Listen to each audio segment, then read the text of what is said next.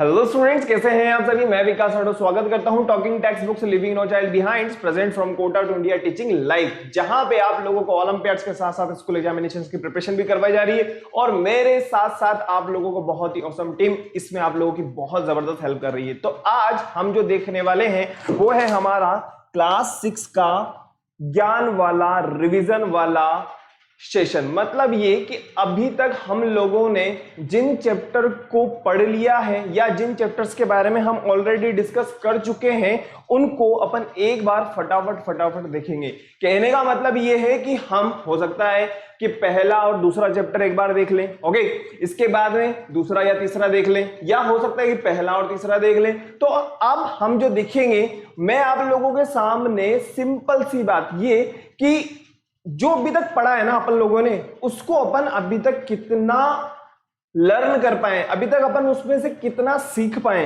ठीक है, ताकि ऐसा ना हो कि हम आगे बढ़ते जाएं और पीछे वाला भूलते चले जाएं। तो आप लोगों को क्या करना होगा, फटाफट से वीडियो को लाइक करना है, शेयर करना है और चैनल को सब्सक्राइब करना है, और सब्सक्राइब करने के बाद में बेल आइकन प्रेस कर देना होगा। फटाफट से कर दीजिए इस काम को, फिर आगे बढ़ेंगे अपन, ओके।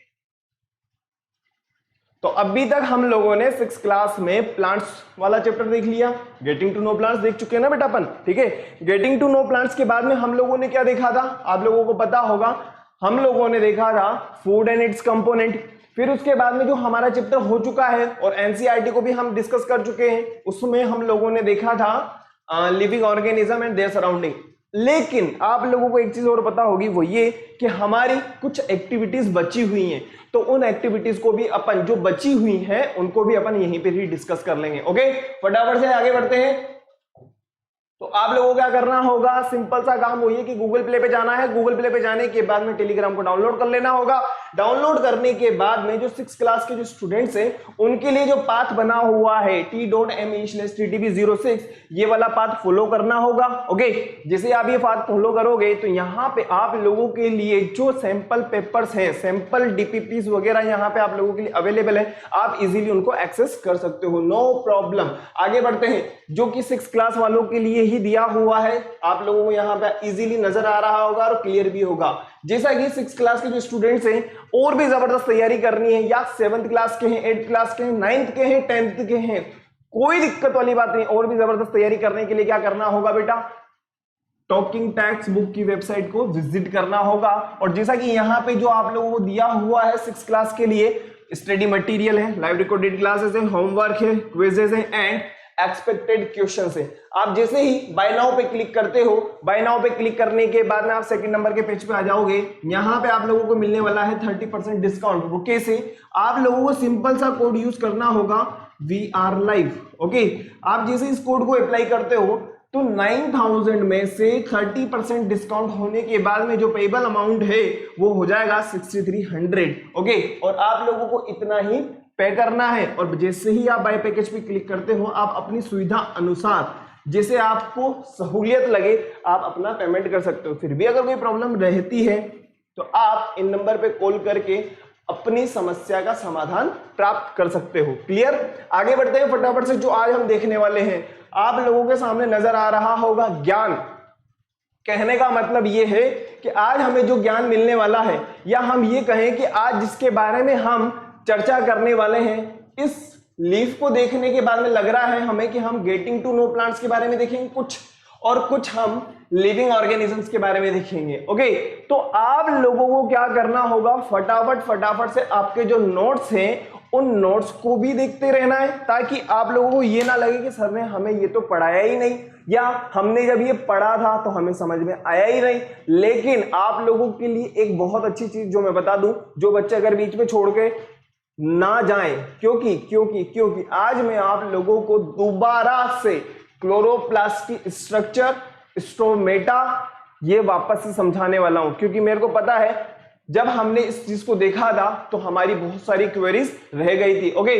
तो मैं पूरी की पूरी कोशिश करूंगा कि यहाँ पे हमारा क्लोरोप्लास्ट बिल्कुल क्लियर हो सके। तो आप लोगों को नजर आ रहा होगा कि आज अपन किसके बारे में ज्ञान लेने वाले हैं। सिंपल सी बात है, getting to know plants and living organisms. लेकिन उससे पहले आप लोगों को क्या करना होगा, कार्डिनल प्रॉमिस करना होगा, I promise to listen to the complete lecture and make proper notes of it so that I can become a smart student. I promise, I promise, I promise, बिल्कुल जरूरी है ये प्रॉमिस करना, ठीक है।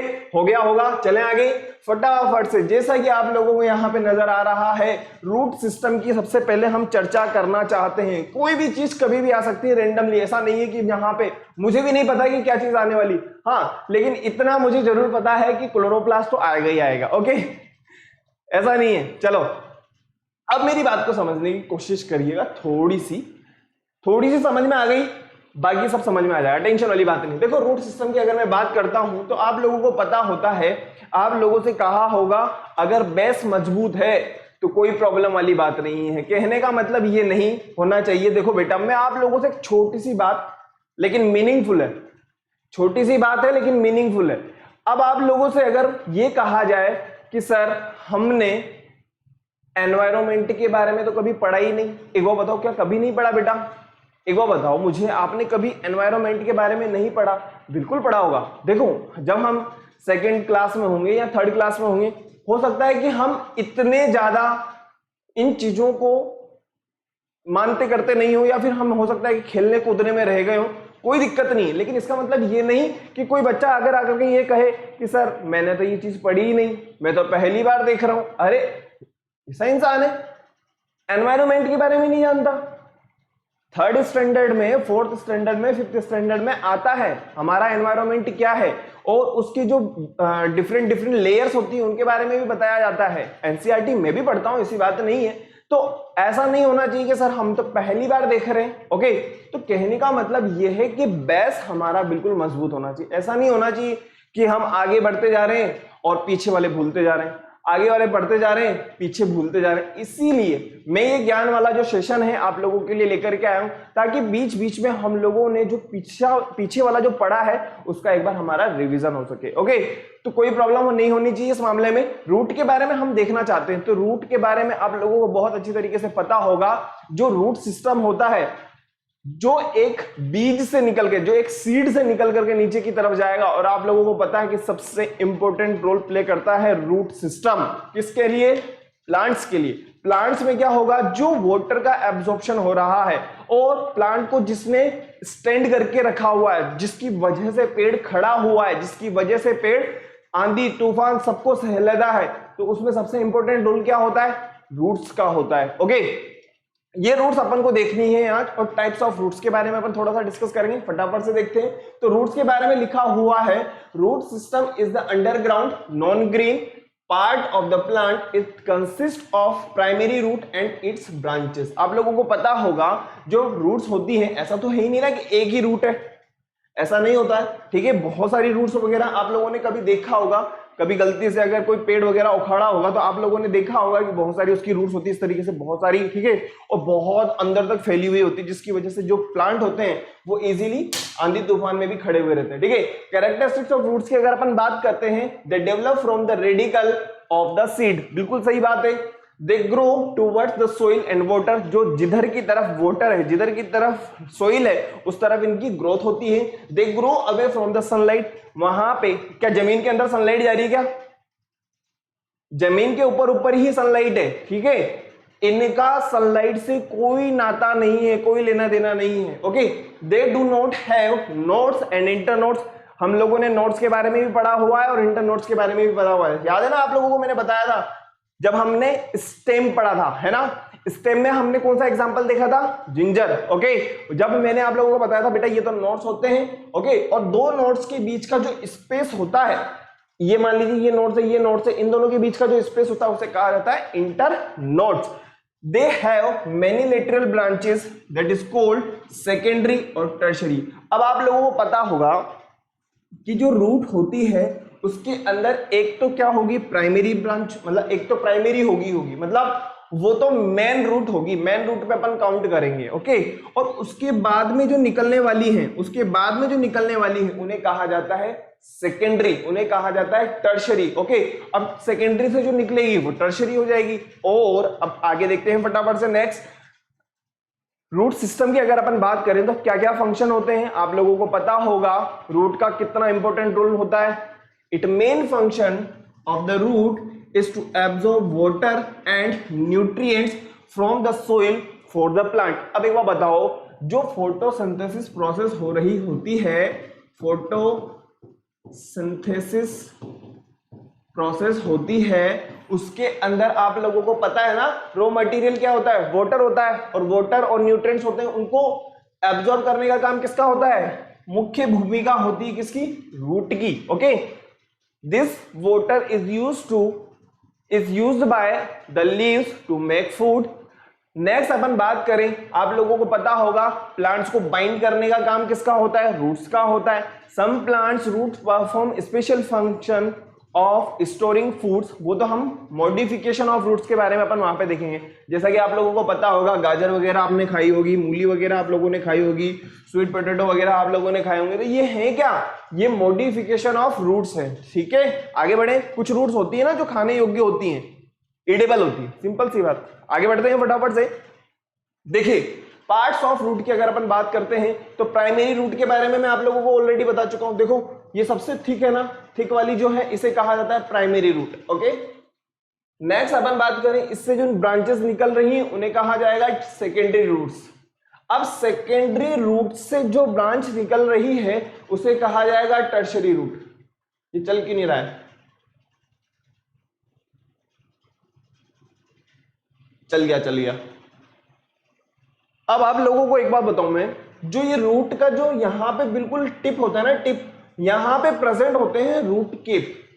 क्या प्रेजेंट होते हैं, रूट केप प्रेजेंट होते हैं, जो क्या करते हैं, प्रोटेक्शन प्रोवाइड करते हैं। क्या प्रोवाइड करते हैं, प्रोटेक्शन। अब एक बार बताओ मुझे आप लोग, जब रूट अंदर की तरफ आगे बढ़ रही होगी तो किसी भी तरह का जो डैमेज वगैरह होगा तो वो रूट केप क्या करती है, उसको प्रोटेक्शन प्रोवाइड करती है। अगर मान लीजिए आगे से वो टूट जाएगी तो उसकी ग्रोथ रुक जाएगी, तो उसको प्रोटेक्शन कौन प्रोवाइड कर रहा है, रूट केप। रूट हेयर की अगर अपन बात करें तो रूट हेयर जो होती है, एक तो किसमें हेल्प करती है, एब्जॉर्प्शन में हेल्प करती है, इसके अलावा एंकरिंग में हेल्प करती है, मतलब पेड़ को बहुत मजबूती के साथ में जमीन के अंदर पकड़ के रखती है। ओके, फटाफट से देखो,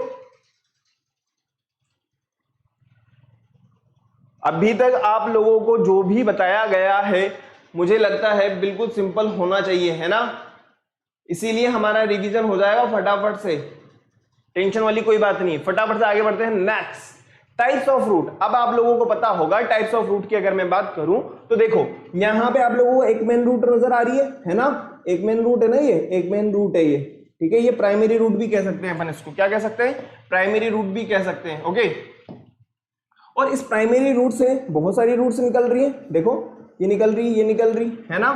अब एक बार बताओ मुझे, इस प्राइमरी रूट के बाद में जो सेकेंडरी रूट है, इस सेकेंडरी रूट से भी तो निकल रही है ना ब्रांचेस, ये ब्रांचेस निकल रही है, इन्हें कहा जाता है टर्शरी रूट्स। अभी हम जस्ट देख करके आए हैं, तो ये जो वाला सिस्टम होता है, ये सिस्टम जिसके अंदर होता है उसे कहा जाता है टेप रूट। किसे कहा जाएगा, मेन रूट भी नजर आ रही है, मोटी है, सेकेंडरी रूट्स भी नजर आ रही है, उससे भी निकल रही, मतलब प्राइमरी रूट से निकल रही है, और सेकेंडरी रूट से निकलने वाली रूट्स को टर्शरी रूट भी कहा जा रहा है। फाइब्रस रूट की अगर अपन बात करें, देखो गुच्छा लग रहा है, मतलब एक तरीके से बंडल है पूरा का पूरा, है ना, हम कह ही नहीं सकते कौन सी मेन है कौन सी सेकेंडरी है, सिंपल सी बात है। तो वही चीज है बेटा, टेप रूट और फाइब्रस रूट। फटाफट से लिख लीजिए, फटाफट से, जिन्होंने नहीं लिखा कोई बात नहीं, जिन्होंने लिख लिया बहुत अच्छी बात है।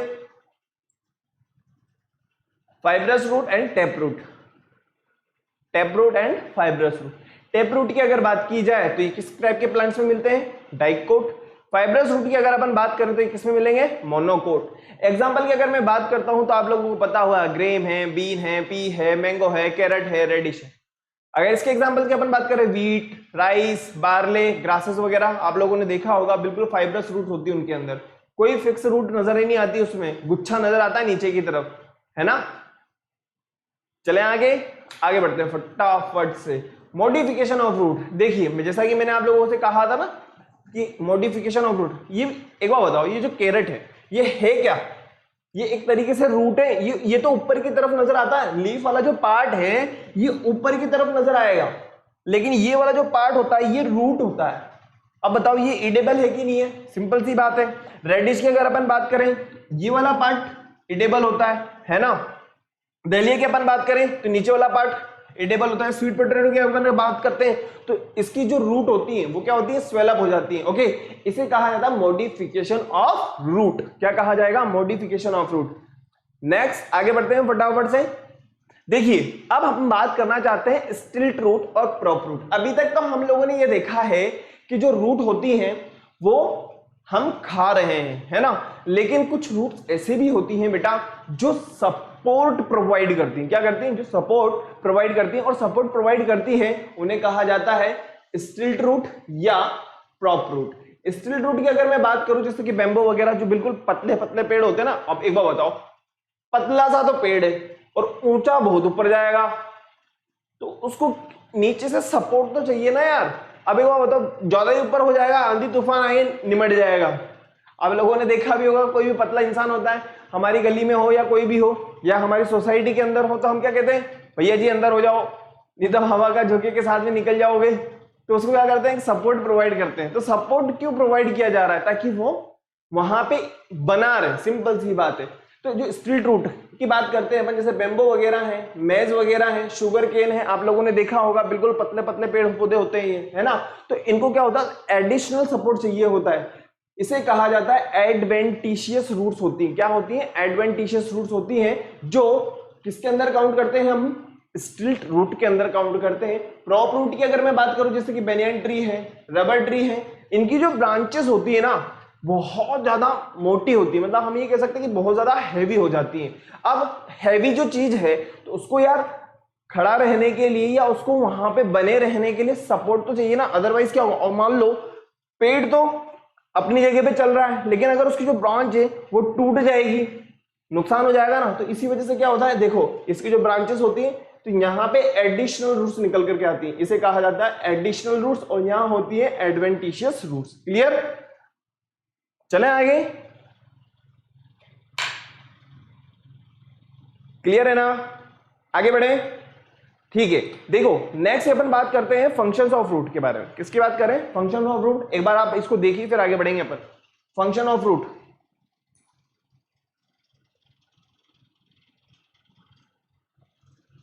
देखो फंक्शन ऑफ रूट की अगर अपन बात करते हैं तो दो मेन फंक्शंस होते हैं, एक तो होता है फिक्सेशन और दूसरा होता है एब्जॉर्प्शन।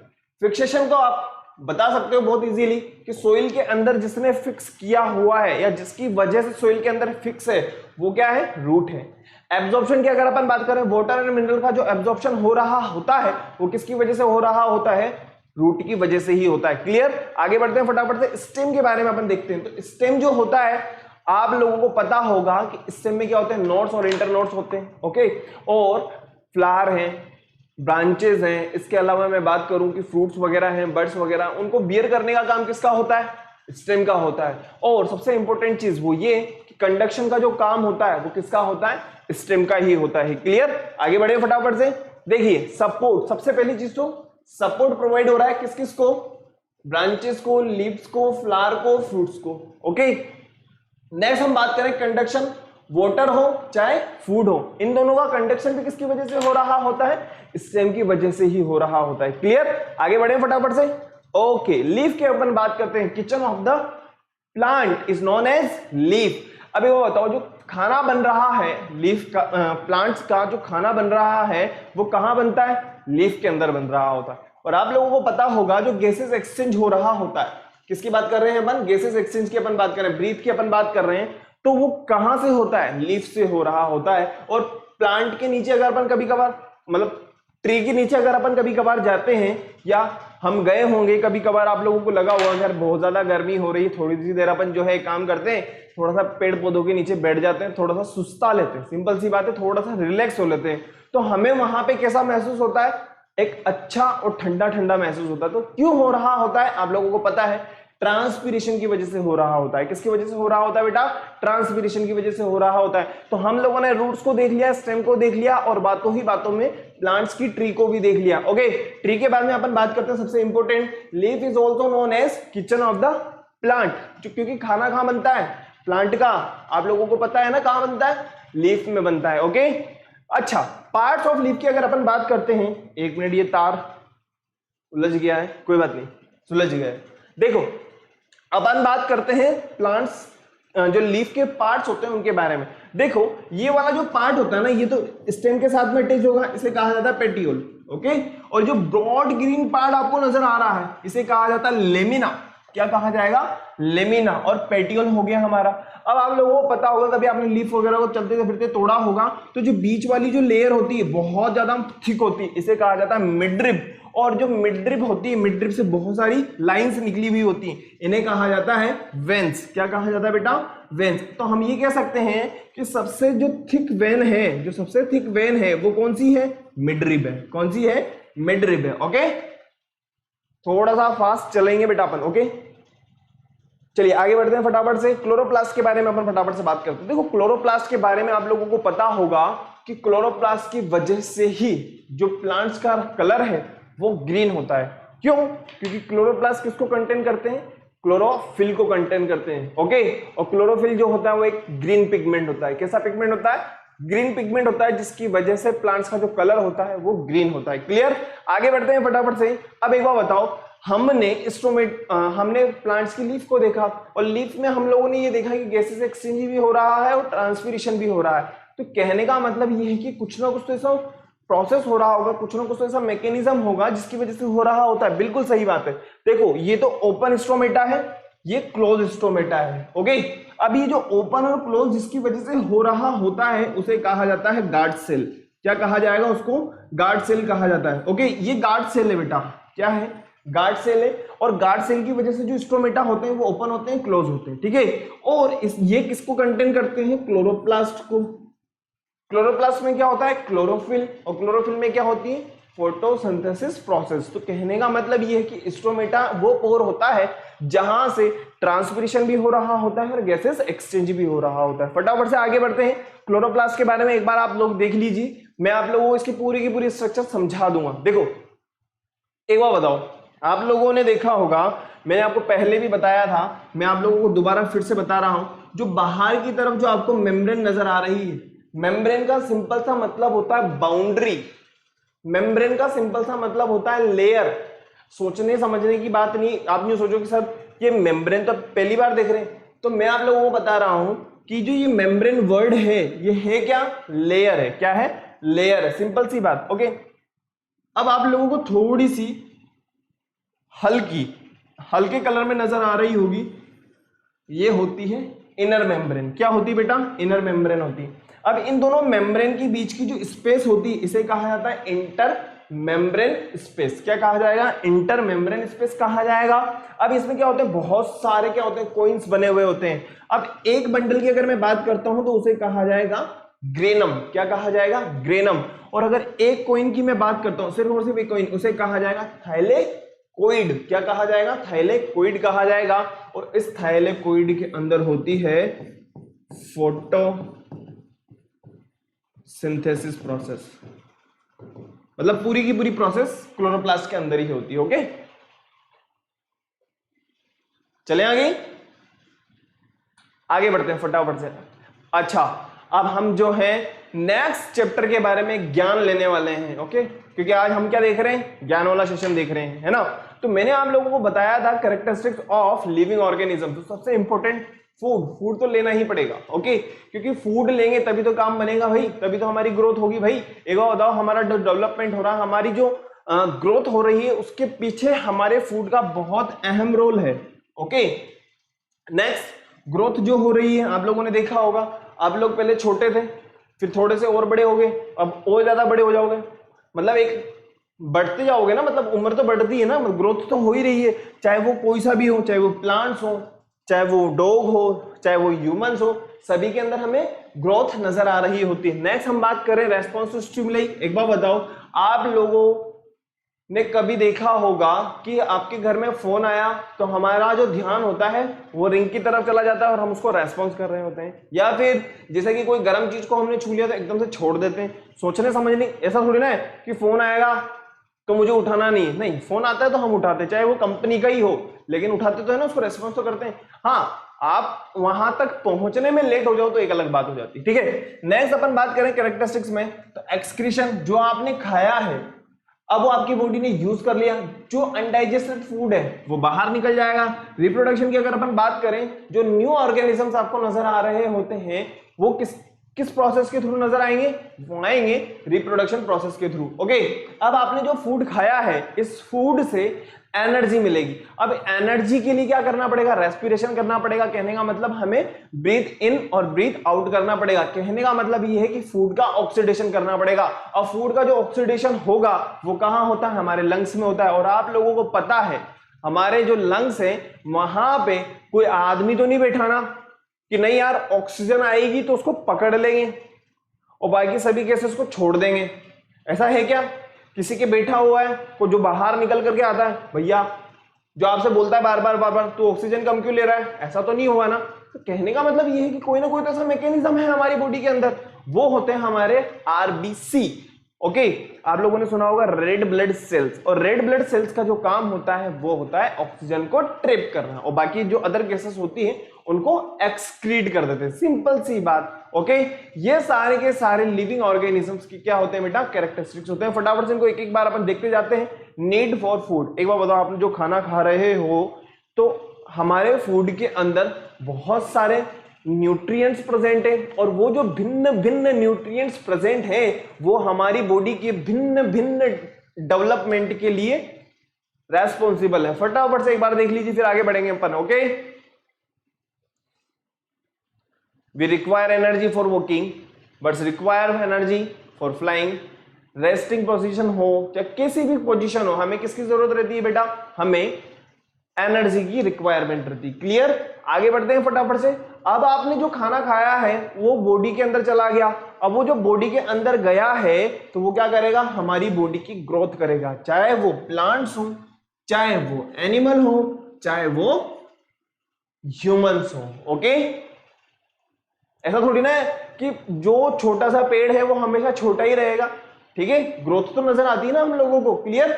आगे बढ़ते हैं फटाफट से। रेस्पिरेशन, जैसा कि मैंने आप लोगों को बताया है कि हम लोग इनहेल कर रहे हैं और एक्सहेल कर रहे हैं। This process known as breathing. ध्यान से सुनना बेटा, रेस्पिरेशन एक अलग चीज है।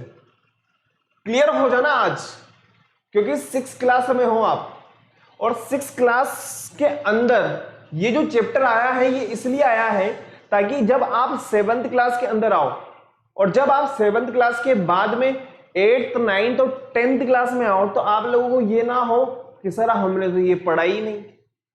ध्यान रखना, मैं आपको फिर से बता रहा हूं, ठीक है?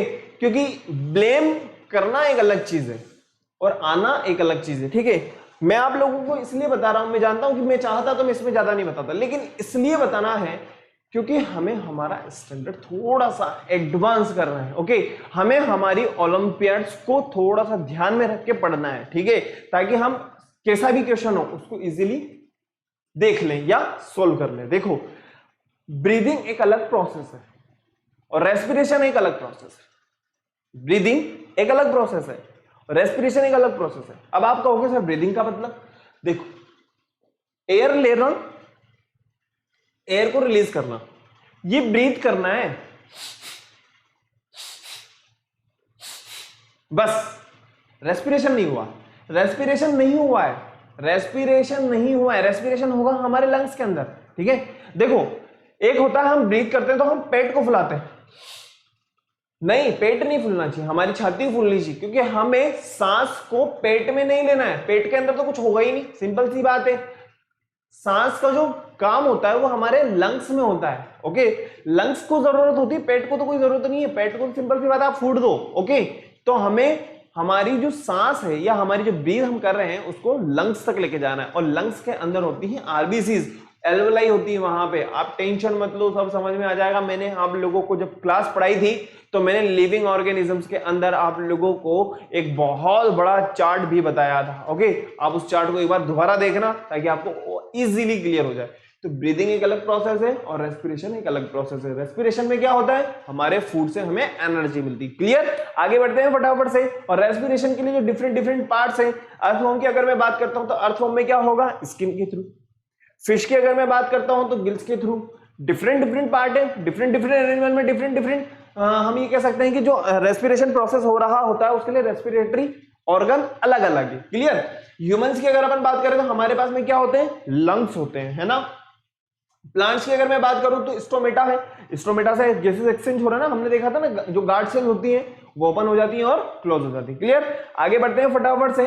रेस्पॉन्स टू स्टिमुलाई, देखिए अब आप लोगों को समझ में आ रहा होगा कि बेल रिंग हुई, बेल रिंग होने के बाद हमारी बॉडी के अंदर एक्शंस, मतलब हम ये कह सकते हैं कुछ ना कुछ इंस्ट्रक्शंस गए, ठीक है। तो कहने का मतलब उस इंस्ट्रक्शंस के लिए हमने कुछ ना कुछ रेस्पॉन्स किया, सिंपल सी बात है।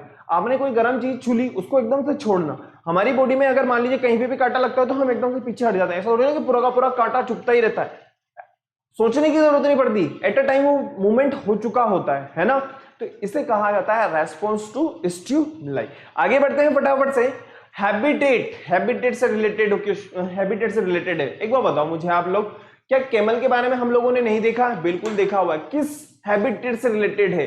डेजर्ट। और डेजर्ट वाला जो हैबिटेट होता है किसमें आता है बताओ फटाफट। देखो ये चीजें आपको सोचनी पड़ेगी, अगर ऐसा नहीं सोचोगे तो गलत हो जाएगा मामला। अब आपको तो कैमल पढ़ा दिया खत्म हो गया, नहीं, आप लोगों को ये सोचना होगा कैमल किससे रिलेटेड है? डेजर्ट से। डेजर्ट से मतलब टेरेस्ट्रियल हैबिटेट की हम बात कर रहे हैं। अब कैमल किसकी वजह से इजीली सर्वाइव कर रहा होता है? फटाफट से एक बार देखो, फिर आगे बढ़ेंगे।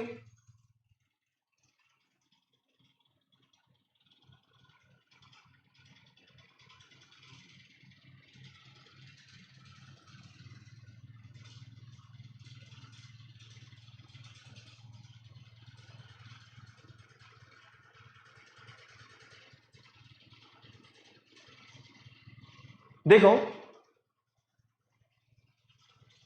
एक मिनट, इससे पहले अपन जो है रेस्पॉन्स टू स्टिमुलाई को एक बार रीड कर लेते हैं बेटा, इसको अपन ने देखा नहीं है। ओके, आई होप आपको इजीली क्लियर हो जाएगा। देखो, stimulus is defined as any change in surrounding और एनवायरनमेंट ऑफ एन ऑर्गेनिज्म, जैसा कि हम लोगों ने डिस्कस किया था अभी थोड़ी देर पहले। Clear? The reaction of the organism, a change in the environment is called response to stimulus. वही तो बात है। एक बार बताओ, हमने कोई भी एक्शन हमारी बॉडी के अंदर हुआ, या हम ये कह सकते हैं कि हमने हमारी बॉडी के अंदर किसी भी टाइप की कोई भी प्रोसेस हुई, कांटा चुभा, या फिर हम ये कह सकते हैं कि हमें कोई गरम गरम चीज छूने का एहसास हुआ, तो हमें उस चीज के लिए क्या रेस्पॉन्स हुआ? तो हमने क्या करा? एकदम से उसको छोड़ दिया, सिंपल सी बात। ओके, वही चीज यहां पे लिखी हुई है। All living organism show response to stimuli if we touch a pointed object. जैसा कि आप लोगों को पता होगा कि जब हम कोई भी पॉइंटेड ऑब्जेक्ट को छूते हैं, लाइक पिन हो या कोई आप लोगों को कांटा वगैरह, by mistake we pull our hand away immediately, तो हम क्या करते हैं? हमारे हैंड को एकदम से पीछे की तरफ खींचे। ऐसा थोड़ी ना कि वो जो कांटा होता है वो हमारी उंगली के अंदर चुभता जाएगा, नहीं नहीं नहीं नहीं, हमें पता तक नहीं होता है और हम फटाफट से जो है उसका रेस्पॉन्स कर चुके होते हैं। क्लियर? वही चीज है। आगे बढ़ते हैं फटाफट से। हियर वो pointed object is the stimulus, pulling away of our hand is the reaction और the response to stimulus. Clear? देखिए फटाफट से।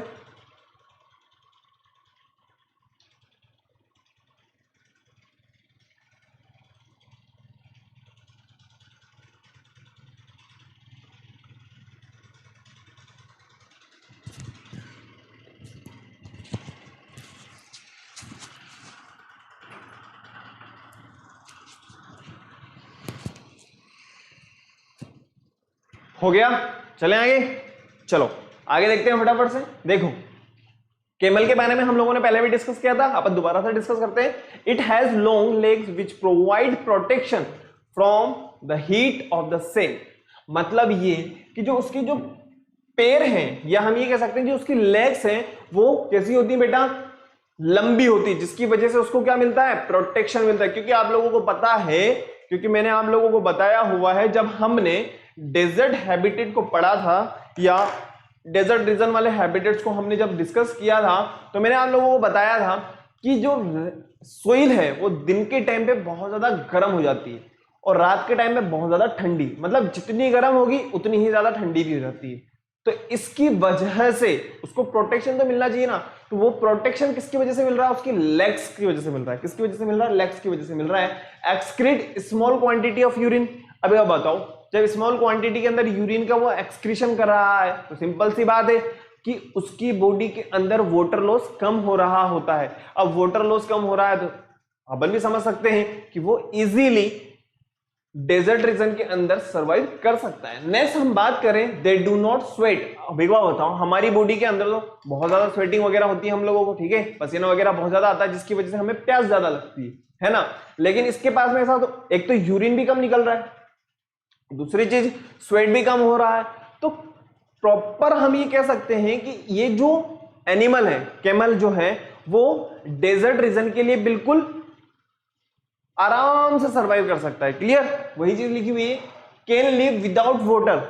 अभी क्या बताओ, जब यूरिन कम निकल रहा है, स्वेटिंग कम हो रही है, तो आराम से सरवाइव कर लेगा ना यार, हम थोड़ी ना सरवाइव कर सकते हैं। ओके, फटाफट से देखो बेटा, लिख लीजिए इसको।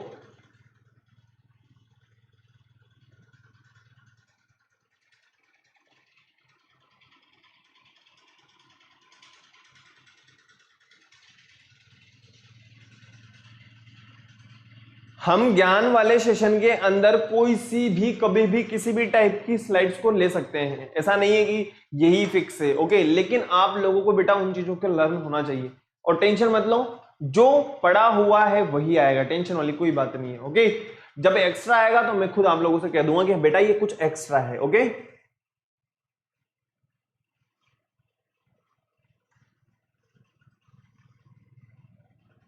चलें आगे बढ़ते हैं फटाफट से। देखो, नेक्स्ट जो आप लोगों को नजर आ रहा होगा यहां पे फिश। अब मैं आप लोगों से पूछना चाहता हूं, जो फिश है ये किस हैबिटेट को बिलोंग करती है, बताइए फटाफट से। बताओ बताओ बताओ बताओ बताओ बताओ। फिश की अपन बात कर रहे हैं यहां पे,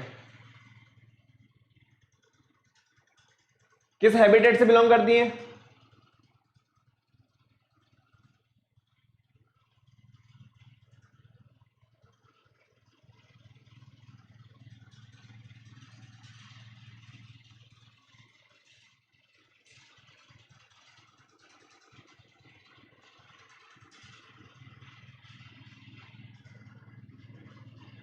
एक्वेटिक हैबिटेट से बिलोंग करती हैं। ओके, क्योंकि आप लोगों को पता होगा जब हमने कैरेक्टरिस्टिक्स ऑफ लिविंग ऑर्गेनिजम्स के बारे में पढ़ा था, तो हम लोगों ने ये देखा था कि जो फिशेस होती हैं उनके पास में रेस्पिरेटरी ऑर्गन कौन सा होता है? गिल्स होते हैं, और गिल्स के थ्रू क्या करती हैं? रेस्पिरेशन करती हैं। इसके अलावा इनके पास में टेल होती है, और वो टेल क्या करती है? इनको इजीली डायरेक्शन मूवमेंट में, ताकि वो अपना डायरेक्शन चेंज कर सकें। ओके, और सबसे खास बात वो ये कि इनके पास में कैसी बॉडी होती है? स्ट्रीमलाइन बॉडी होती है, जिसकी वजह से ये इजीली वाटर के अंदर सर्वाइव कर लेती हैं। ओके, फटाफट से लिख लीजिए, their streamline shape helps to move easily in water, presence of slippery skulls, gills helps in utilizing dissolved oxygen। आप लोगों को पता है वाटर के अंदर जो ऑक्सीजन है वो डिसॉल्व फॉर्म में होती है, इसी वजह से वाटर के अंदर या एक्वेटिक रीजन के अंदर जो होता है वो फोटोसिंथेसिस भी ज्यादा होता है। Clear? Flat fins and tail help in changing the direction in the water। Okay, आगे बढ़े, लिख लिया होगा आप लोगों ने। देखो, हैबिटेट के बारे में हम लोगों ने देखा हुआ है पहले भी, बायोटिक कंपोनेंट्स क्या होते हैं और एबायोटिक कंपोनेंट्स क्या होते हैं। बायोटिक कंपोनेंट्स के बारे में अगर मैं बात करूं तो प्लांट्स हैं, एनिमल हैं और माइक्रो ऑर्गेनिज्म है। एक बार बताओ, क्या प्लांट्स को हम लिविंग ऑर्गेनिजम्स के अंदर काउंट नहीं करते हैं क्या? बिल्कुल करते हैं, तो बायोटिक कंपोनेंट हो गया। एनिमल्स की हम बात करें तो क्या हम उनको लिविंग ऑर्गेनिज्म में काउंट करते हैं क्या? बिल्कुल करते हैं, इसलिए क्या हो गया? बायोटिक कंपोनेंट हो गया। माइक्रो ऑर्गेनिज्म की अगर मैं बात करूं तो माइक्रो ऑर्गेनिज्म हमें भले ही नजर नहीं आ रहे हैं, लेकिन है तो सही ना यार। ओके, उनको भी हम किस में काउंट करेंगे? बायोटिक कंपोनेंट्स के अंदर काउंट करेंगे। ए बायोटिक की अगर हम बात करें तो लाइट है। क्या लाइट में ग्रोथ नजर आ रही है? क्या लाइट में रेस्पिरेशन नजर आ रहा है? क्या लाइट में किसी टाइप का एक्सक्रीशन नजर आ रहा है? नहीं। टेम्परेचर को लेकर के अगर बात करें, वाटर को लेकर के अपन बात करें, सॉइल को अपन लेकर के बात करें, या एयर को लेकर के बात करें, तो ये सभी किसके कंपोनेंट्स होंगे? ये होंगे एबायोटिक कंपोनेंट्स। कैसे होंगे? Abiotic components. हम पहले भी इस फ्लो चार्ट को देख चुके हैं ना बेटा। आगे बढ़े,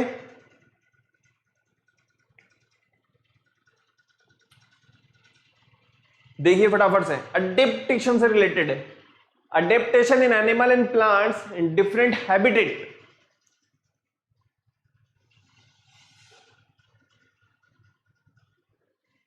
मैंने आप लोगों को पहले भी बताया हुआ है परमानेंट अडेप्टेशन और टेम्पररी हैबिटेट।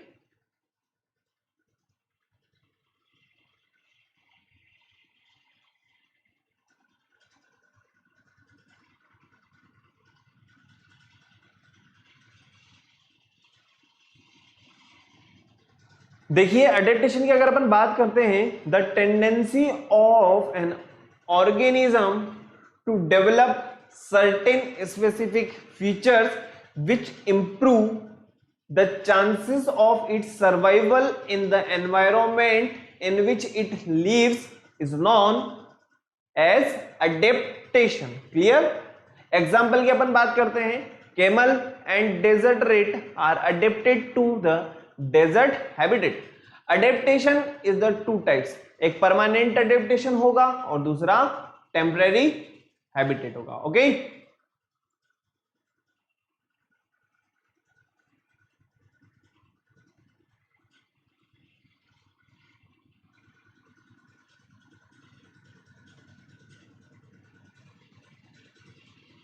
कैमल के लिए अगर अपन बात करते हैं परमानेंट, तो डेजर्ट एनवायरनमेंट में वो इजीली सूटेबल है ना, सूट हो जाता है उसको। लेकिन अगर अपन बात करें कि नहीं यार एक काम करते हैं, कैमल को ले जा करके समुद्र में छोड़ देते हैं, वहां पे भी रह लेगा क्या? नहीं, ऐसा नहीं हो सकता। ठीक है, तो उसका जो परमानेंट अडेप्टेशन होगा वो कौन सा होगा? डेजर्ट एनवायरनमेंट होगा।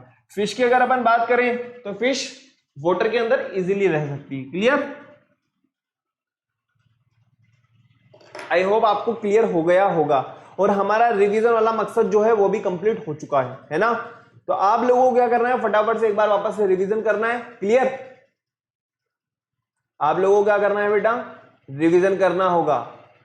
ओके, रिवीजन करना है, प्लस इसके अलावा आप लोगों को सबसे इंपॉर्टेंट काम यह भी करना है कि अभी तक हम लोगों ने जो जो पढ़ लिया है एक बार उसको आप रिवाइज कर लीजिए, ताकि अगर कोई चीज क्लियर नहीं हो तो अपन उसको देख लेंगे। ओके, नेक्स्ट सेशन के अंदर हम वापस से ज्ञान वाले सेशन में मिलेंगे, ताकि हम नेक्स्ट चैप्टर को भी इजीली देख सके। ओके, मुझे भी नहीं पता कि कौन सा चैप्टर होगा, लेकिन आप लोगों को बहुत मजा आने वाला है, क्योंकि हम क्या चाहते हैं, पीछे वाली चीजों को भूले ना और आगे भी बढ़ते रहें। ओके, टेंशन वाली कोई बात नहीं है। हमारे अभी भी दो चैप्टर बचे हुए हैं। एक तो है हमारा बॉडी मूवमेंट, है ना। बॉडी मूवमेंट्स में हम लोग जो है देखेंगे कि हमारी बॉडी के अंदर जो जॉइंट्स वगैरह हैं वो किस तरीके से हमारी बॉडी में मूवमेंट में हेल्प कर रहे होते हैं। और हम जो नेक्स्ट चैप्टर आएगा वो है हमारा गार्बेज इन और गार्बेज आउट। क्लियर?